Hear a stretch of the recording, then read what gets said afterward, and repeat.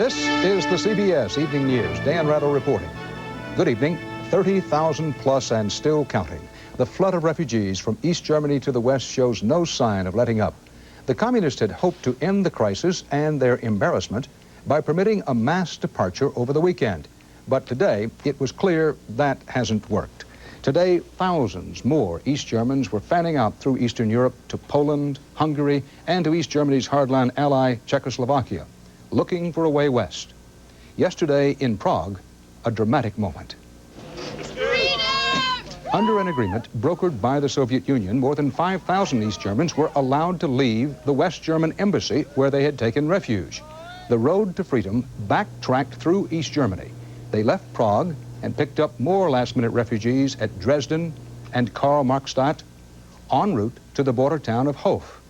This roundabout route enabled West Germany to claim that the refugees were actually being expelled. The communist government denounced them as traitors and criminals. In the West, they were greeted as brothers and sisters, fellow Germans. And back in Prague, more were lining up, hoping to take the same route to freedom. Martha Teichner is there.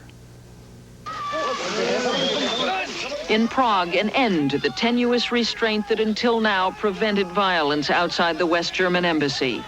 Czechoslovakian police finally let loose on the East Germans who had gathered there, hoping they too would be allowed to leave for the West. No sooner had this weekend's wave of refugees swept across the border into West Germany than another began to build. At least 2,000 more are massed at the embassy in Prague. They are arriving 100 an hour, even though Czech police are doing everything they can to stop them. They show up in spite of warnings that there will be no more freedom trains like those that carried 7,000 refugees to the West over the weekend. For most, the taste of freedom was sweet and rich today, their first full day in the West, with the promise of luxuries impossibly rare on the other side. Old enemies became new friends in a world reversed overnight. Sylvia Krona said she couldn't stand being watched by the secret police anymore. This man, afraid to give his name, was branded an enemy of the state and lost his job because he had tried to escape before. As the euphoria of making it to freedom wears off, the reality of making freedom work for them is beginning to set in. Pinned on fences at relocation centers, advertisements for jobs, bakers, bus drivers, machinists, experienced blue-collar workers. Employers are interested strictly in skills. They thought when they made their dash to the West, they had won their battle. It may be just beginning. But most of the refugees are young, couples with small children who had less to lose and more to gain by taking the risk, and time to build a new life. Martha Teichner, CBS News, Gießen, West Germany. 600 more East Germans were allowed to go yesterday from the West German embassy in Poland, but today hundreds more arrived in Poland to take their place. And the exodus is still going on through Hungary.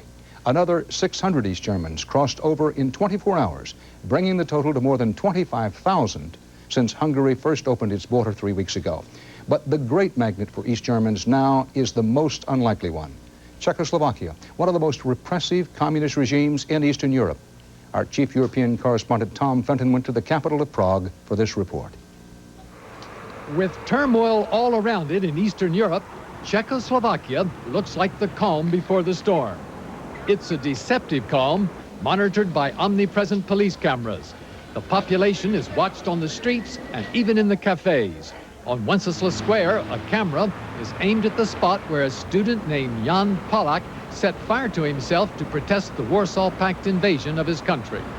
This 23-year-old woman was given a 9-month sentence for daring to place flowers on that spot. Growing public opposition is being met with growing repression. Police brutally suppressed a recent demonstration on the anniversary of the 1968 invasion, which crushed the Prague reforms. The authorities are getting edgy. You can sense it in their change of tactics. They've stopped concentrating on the protest leaders. They're going after the small fry, arresting those who dare to speak up. The aim is to intimidate everyone. But dissident leaders are speaking out. They're convinced that the end is near for one of Eastern Europe's last hardline regimes.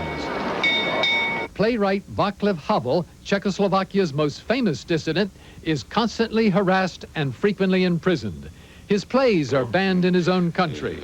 Nominated for this year's Nobel Peace Prize, he refuses to be silenced. They speak about reforms, about perestroika, glasnost and such things, but they continue in their old policy. They persecuted people. Havel is dedicated to the non-violent overthrow of the regime. It means to change the totalitarian system and to establish some kind of democracy. Havel recently met clandestinely on the border with Polish solidarity leaders. The opposition is lining up allies in the countries where the reformers are winning. This is a regime that makes a national hero out of a police dog that caught a total of 64 Czechoslovaks who tried to escape to the West.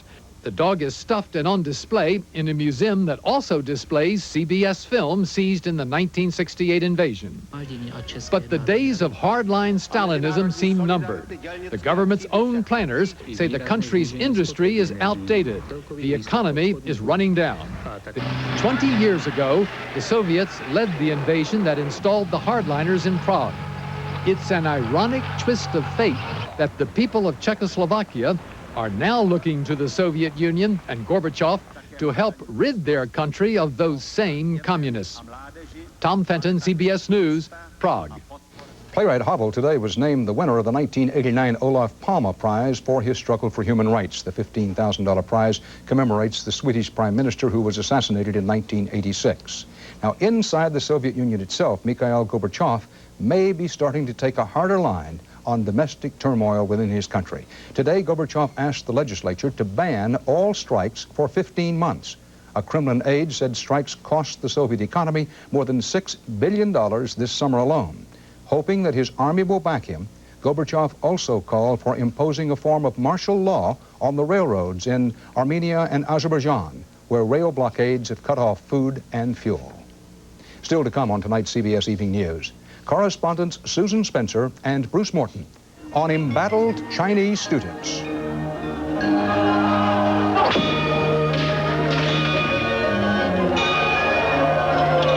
As we continue reports from inside China, setting back the clock.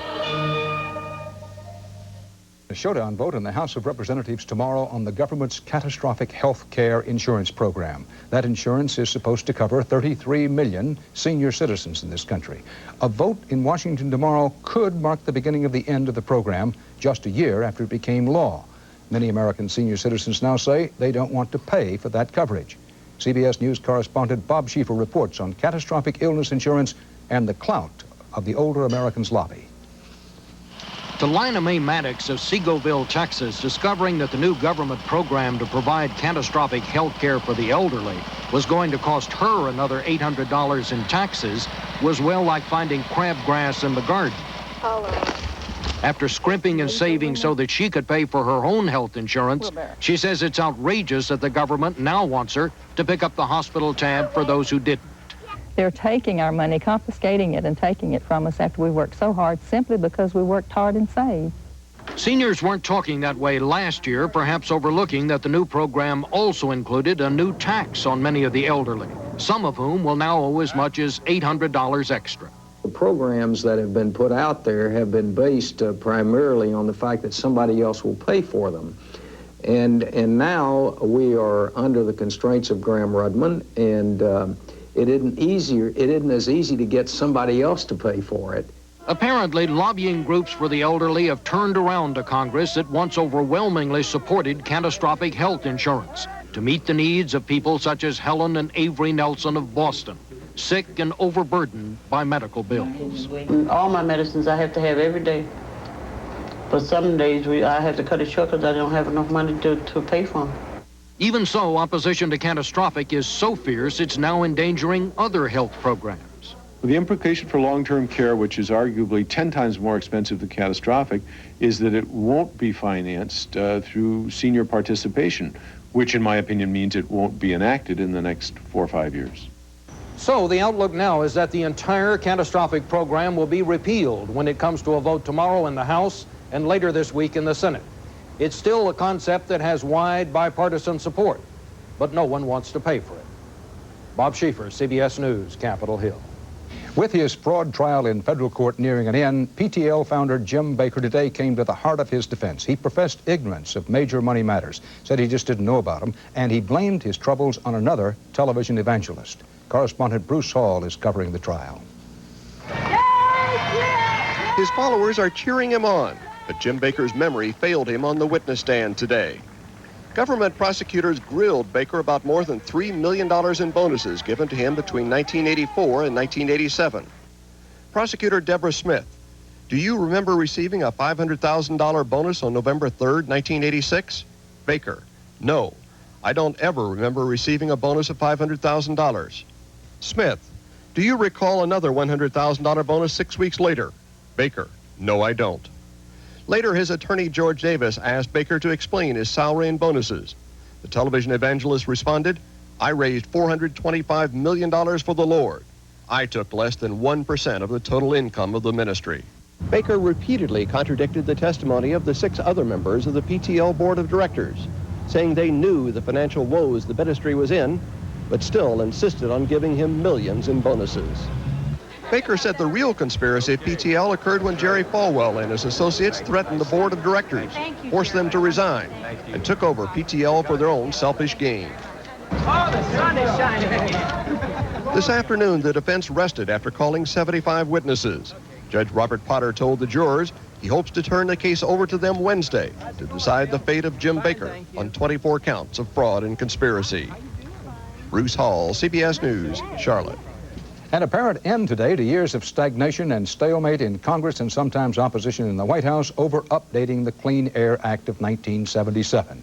Members of a key House panel broke a deadlock and agreed to apply California's strict auto emission standards, the toughest in the nation, to all the states starting in 1994.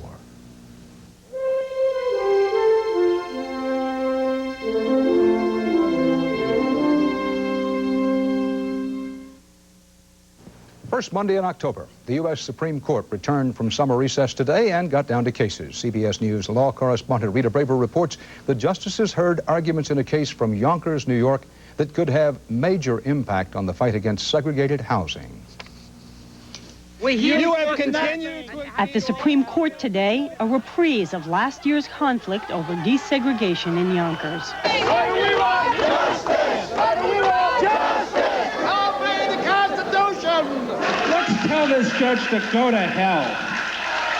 In fact, that's what the Yonkers City Council did, thereby provoking a major test of the power of federal judges over local officials. A year ago, Judge Leonard Sand held 4 Yonkers City Council members in contempt of court because they refused to vote to implement a desegregation plan they had previously agreed to adopt. These people said they would consent.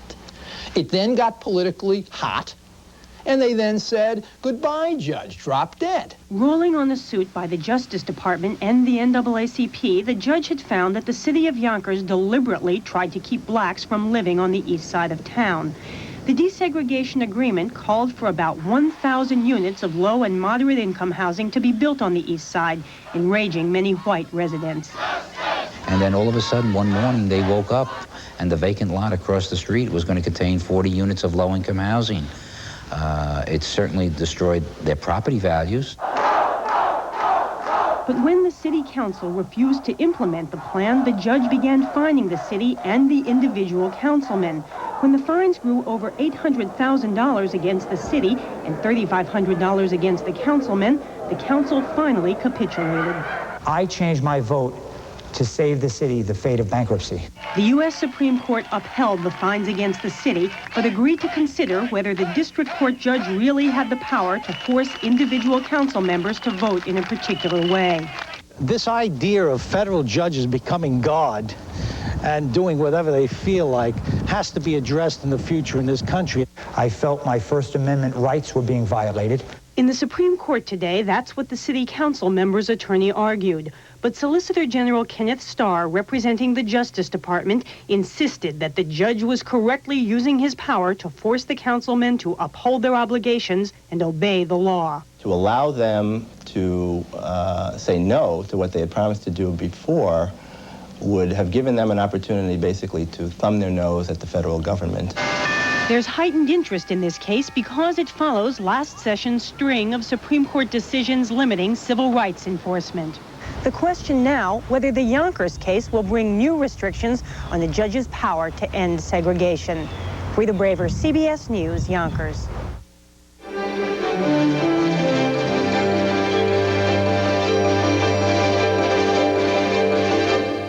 At a meeting in Beijing today, an American businessman bluntly warned his Chinese counterparts that U.S. investors have been scared away by China's killing crackdown on people longing for freedom, and that it will be a long time before they feel secure enough to plunge back into the Chinese marketplace. Tonight we continue our special series, Inside China, Setting Back the Clock. Susan Spencer traveled from Beijing down to the old business and trade center of Shanghai. On the busy downtown streets, in the teeming back alleys, Shanghai's daily routine goes on as it did long before Tiananmen Square. Its 12 million citizens have put last spring's pro-democracy movement behind them, believing it by now either a lost cause or an evil one. Are you sorry that you demonstrated? Maybe. But they did demonstrate by the thousands, and many paid dearly for it. Scores were arrested. The first executions were in Shanghai. However, the People's Army did not slaughter civilians in this city, and so the government's effort to rewrite history may be easier here. There is chilling evidence that the effort is working. An example, a man we spoke with at the time of the demonstrations, when everyone understood what the protesters wanted. What do people in Shanghai want? They want the democracy. Remarkably, that same man turned up again a few weeks ago when we visited the English corner of the People's Park. His view today? You know, in Shanghai, our life is very peaceful, and I think... well, there were big demonstrations in Shanghai, too. In Shanghai? Many memories are short here, and people are genuinely confused by government accounts that contradict what they once thought they knew. Students still welcome an American face, a chance to practice English, but not to talk politics, and their fear is palpable. That you will be punished a lot. Yes. Your family also will suffer a lot. Not only me, maybe my wife and my parents. So we should talk about brother. the weather. The weather, usually. There might be a lot of engine here. You know, government engines. Just they're wondering what are we doing here? What are we talking about? Now? I see. Should we leave?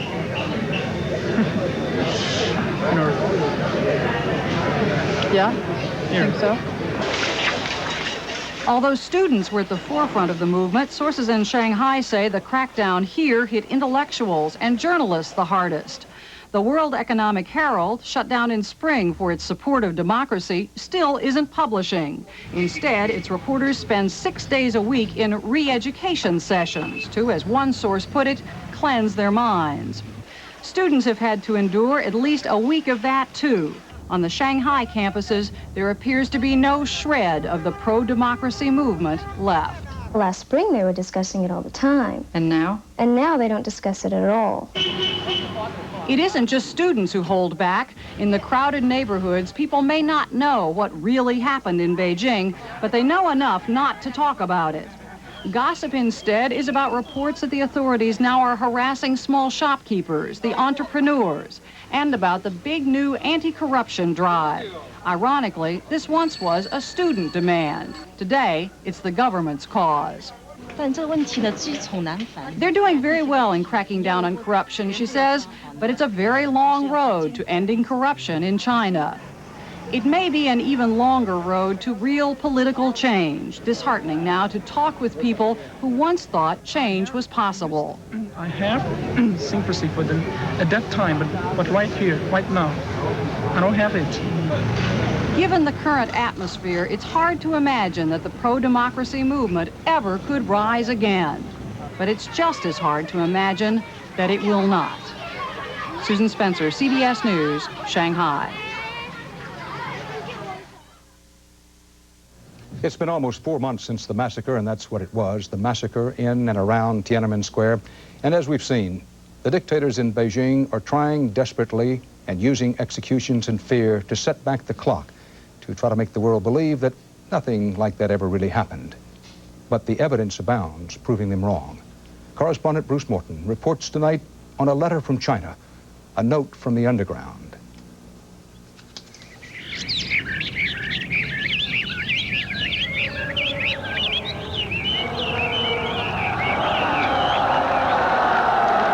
They wanted what people usually want. They wanted to be free. Since then, some have left China to seek freedom, some have stayed. One student who stayed wrote an American friend some words which bear repeating. I am crazy about the dream, the student wrote, that I can write a book one day telling the world about China, about what we survived and what we think.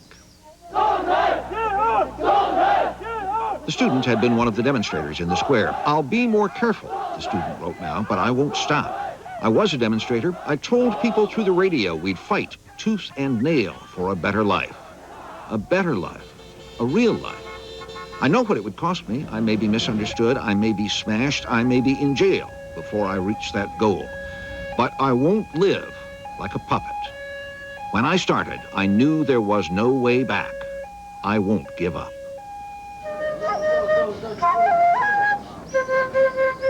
Do you like the setting sun, the student wrote? I like it. I like to see the sun going down slowly, spreading a bright color to the sky, because I know where the sun goes lies a new life, where I can learn what I want, where I can do what I think is right.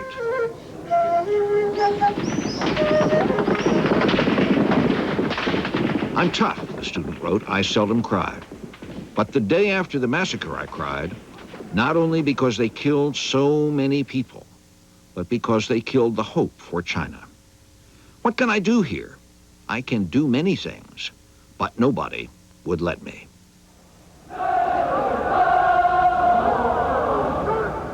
What the student wants, what all the young people wanted, was simple but not easy. They wanted freedom to follow their dreams. It is the greatest gift, and the old men who govern China would not give it to the young.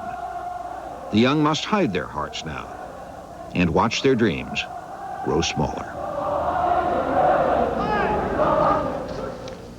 And that's part of our world tonight. Dan Rather for the CBS Evening News. See you tomorrow. Good night. This is